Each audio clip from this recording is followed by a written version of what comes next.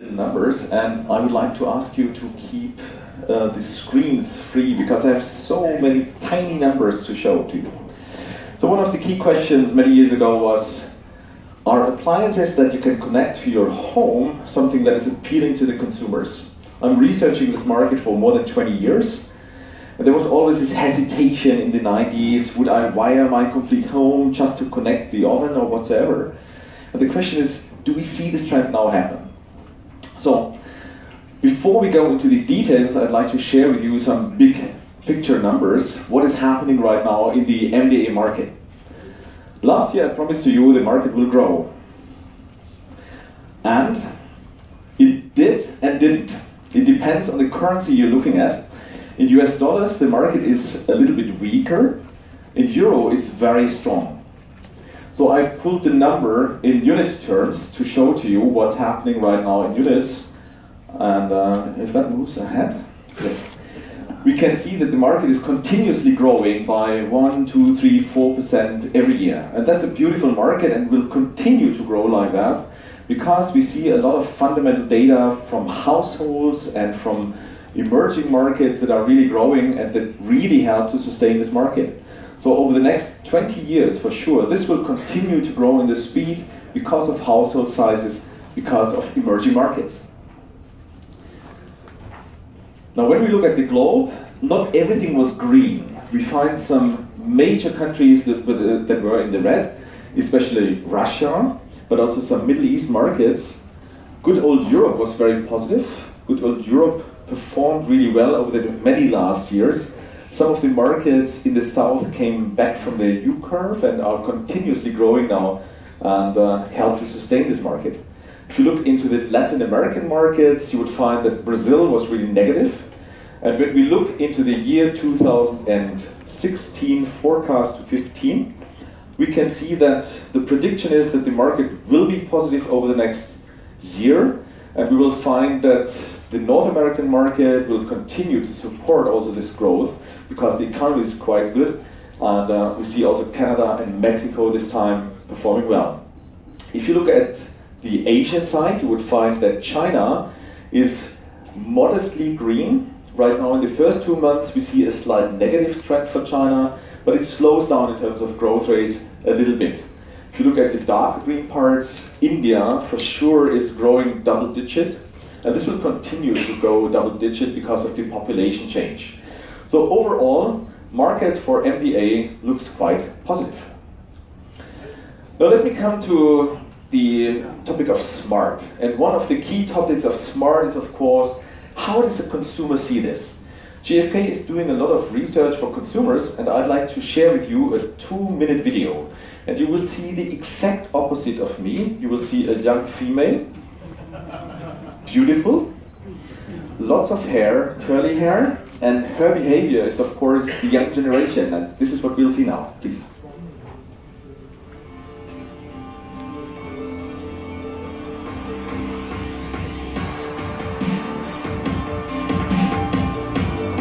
Today, half the world's population lives in urban areas. By 2050, it will be 2/3. Urbanization and this speed of change have created a new way of living. Welcome to the world of the connected consumer. I'm connected wherever I am, and I'm busy. To manage my life, convenience means for me freedom.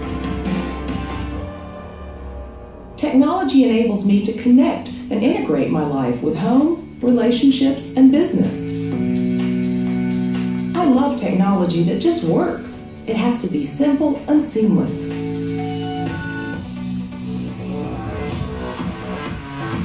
My life runs in a fast lane. My decisions are rapid fire. You need to attract me right away. My attention span is very short. Things need to work for me.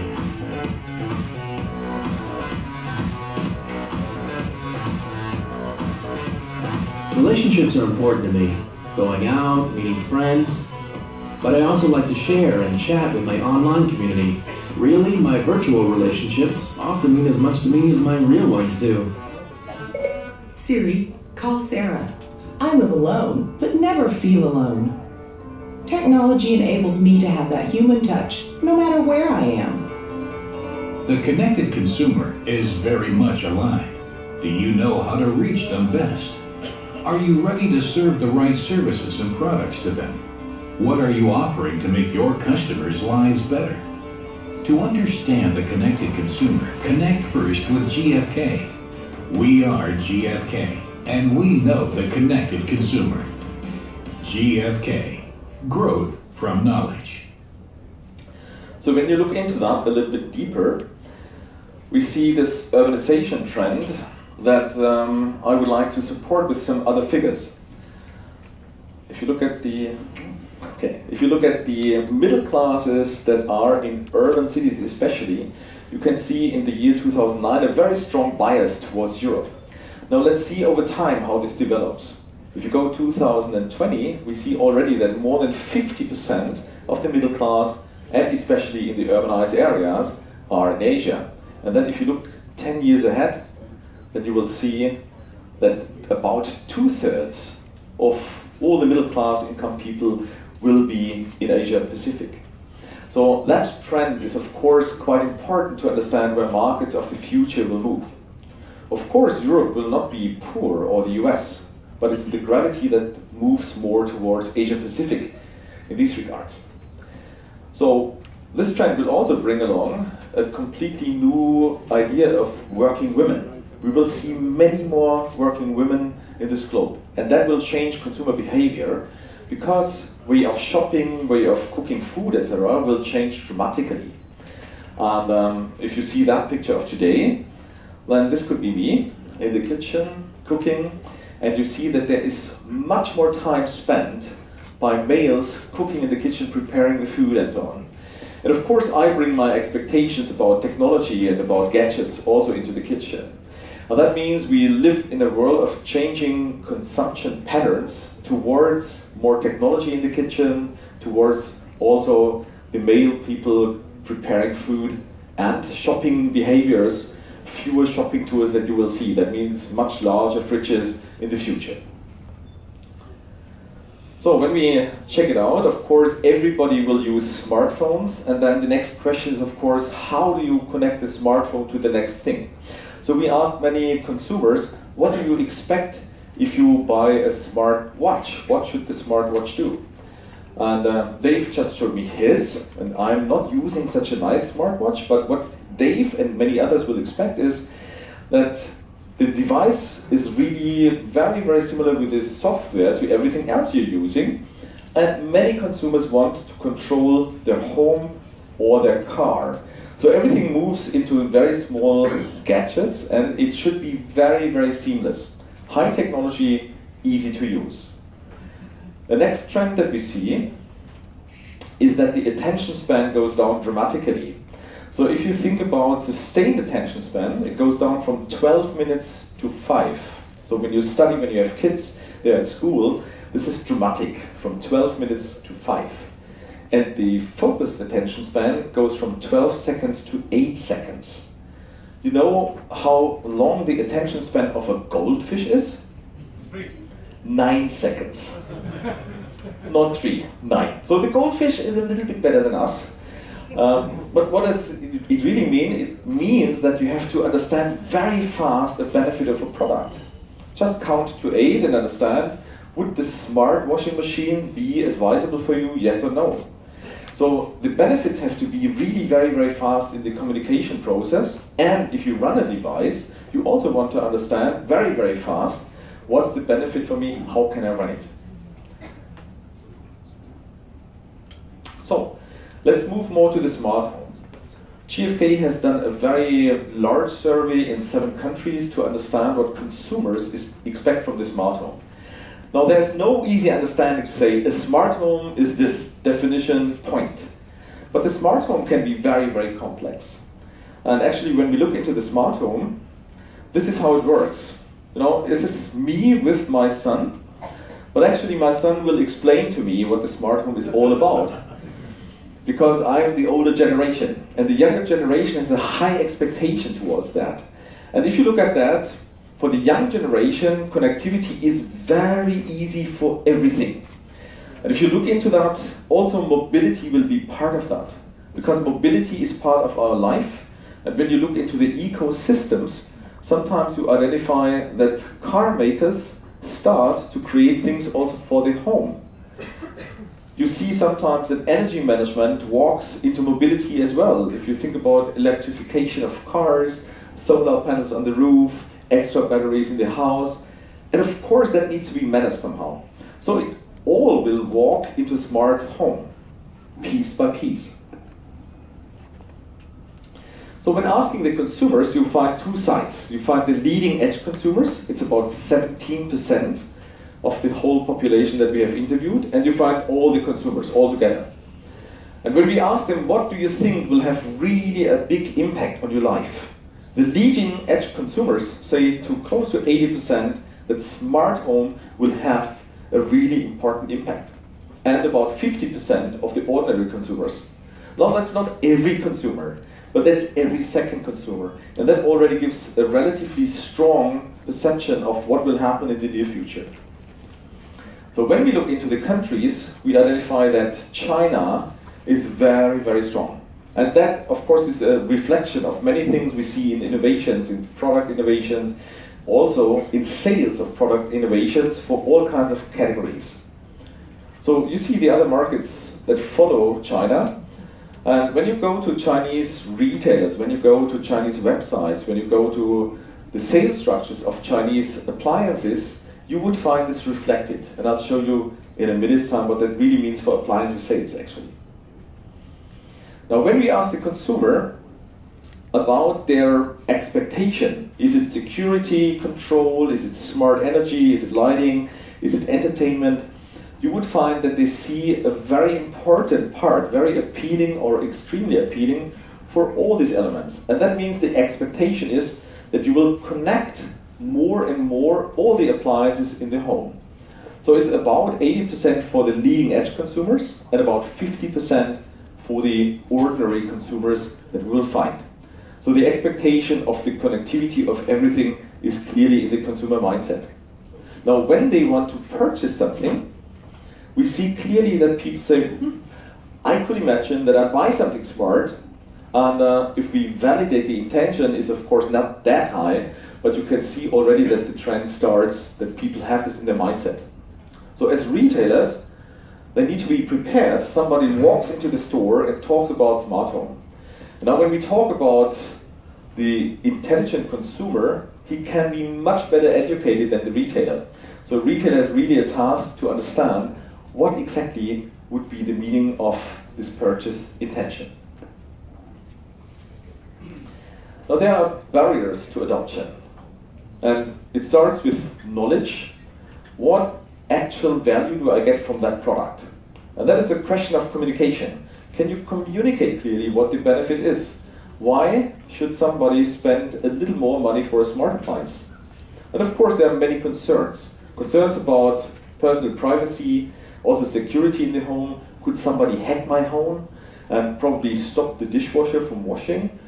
Or could somebody switch on the oven? Some pieces like that are quite important. And last but not least, of course, also the cost of the product, the actual value that you have to put onto that.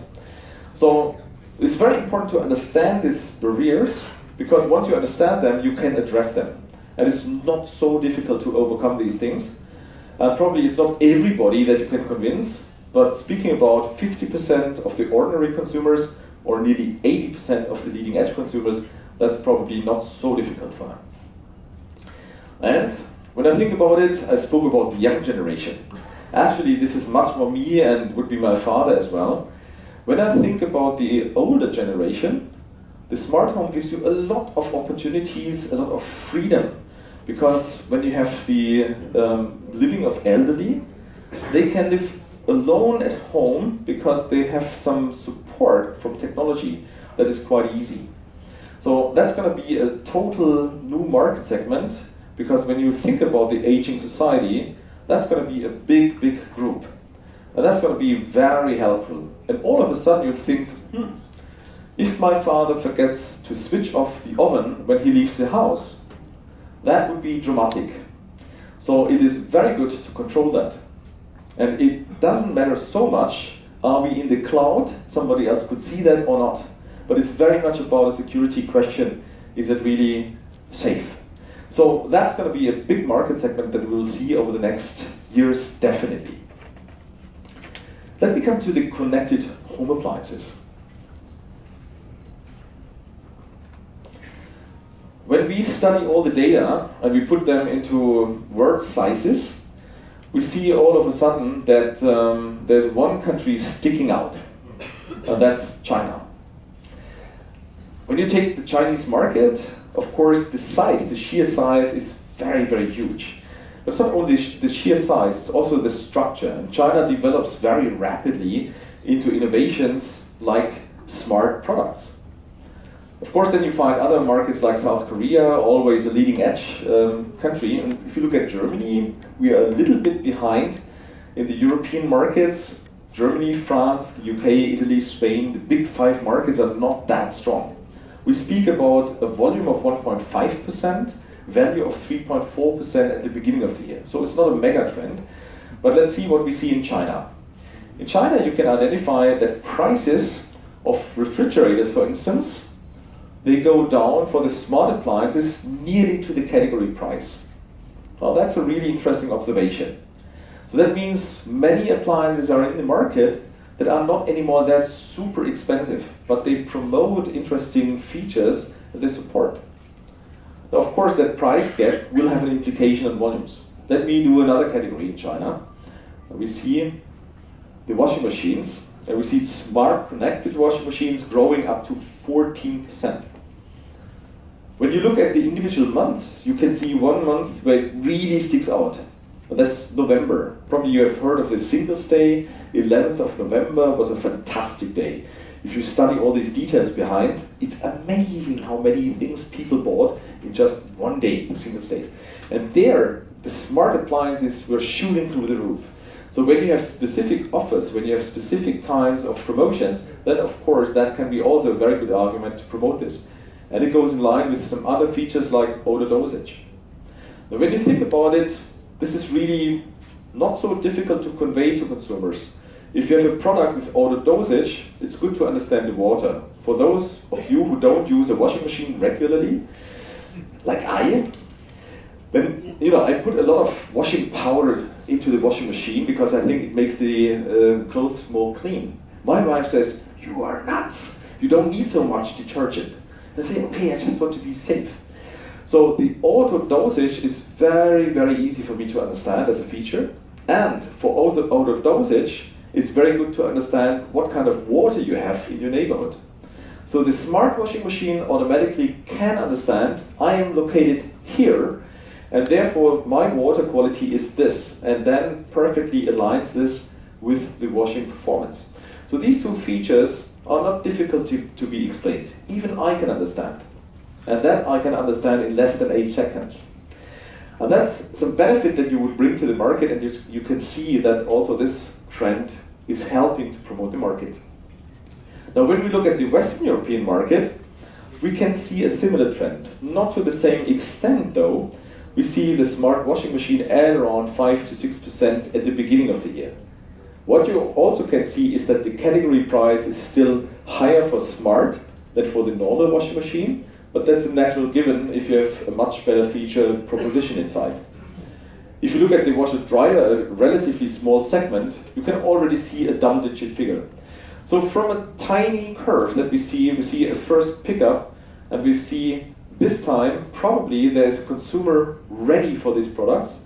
This time there's also an industry that is ready to serve the consumer with a product not only in the super high end, but also in the affordable price classes that we see arriving here.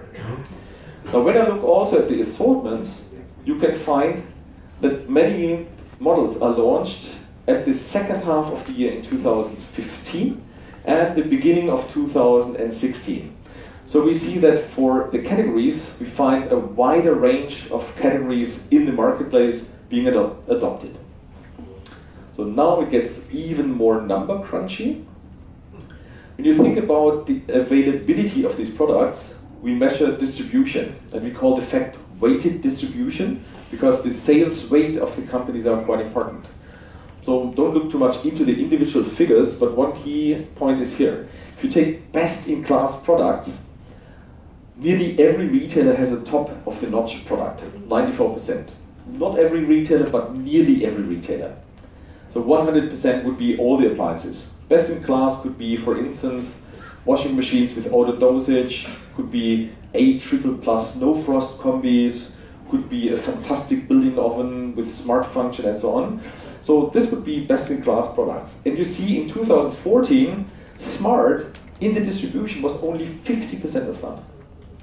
The question is, of course, would the consumer find the product if he goes to the retailer? Now, over time, we see that the gap is getting more narrow. But still, there's an opportunity of 30% more for the distribution to find these products. So that's a key question. Is the trade ready to say, I believe in it. I believe that the consumer will have an extra value. I believe I can sell this thing not only once a year, but more often. Now that question is, of course, to be answered with the next trends that we see. But let's have a look at the other markets. Also in the other markets, we can see that the distribution of smart products is increasing year by year. So that means from the first trends that we see, we identify that there will be more consumers being exposed in the trade with that. We also see that the trade is buying into that concept more and more. Now let me be a little bit critical. I look at the individual figures, how many models per store do we find in Europe versus China. And in China, we find twice as many models in the stores as we see in Europe. So the European retailer is like, could be or could not be, let's see. Yeah? So we're a bit hesitant.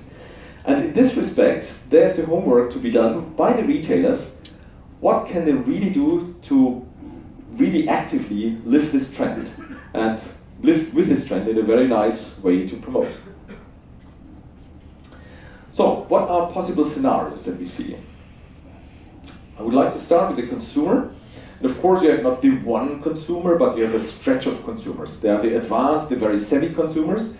And they have consumers who are focused on other things. They think, okay, washing machine just has to do the job, that's it, full stop. They are not so much concerned about too many features. So the advanced and savvy shopper, he really loves the feature and he really pays extra for real smart. They look for excellent value through the connectivity. They really love to see what's happening on the smartphone rather than more a passive usage of this. And they like to stay connected, and that's a big opportunity because also manufacturers and retailers can communicate through these connected worlds, through the connected homes that we see. And of course, the other ones, they focus much more on basic functionality, but soon they will expect a minimum connectivity of the appliances. They don't want to spend so much extra money for the product. When we look at the retailer, we see the leading and agile retailers, the fast ones that really go for it. And you know the stores. If you go around the globe, you would find stores that really focus on smart home. They showcase it. They have beautiful areas for that. And of course, these leading and agile retailers, they always perform much better. Last year, I showed to you how much better they perform, how much more they make in the market than the other ones. And they are smart home experts. They show many smart products in a wider ecosystem. And of course, service for them is something they know very well because that is really important. And through that, they manage also to upsell for many categories. And if we speak about the other retailers, they are probably not so convinced about smart. It's just another feature. They show just isolated products and they focus much more on the sales and the quick deal maybe. So there's no right or wrong in this, how you perform your business.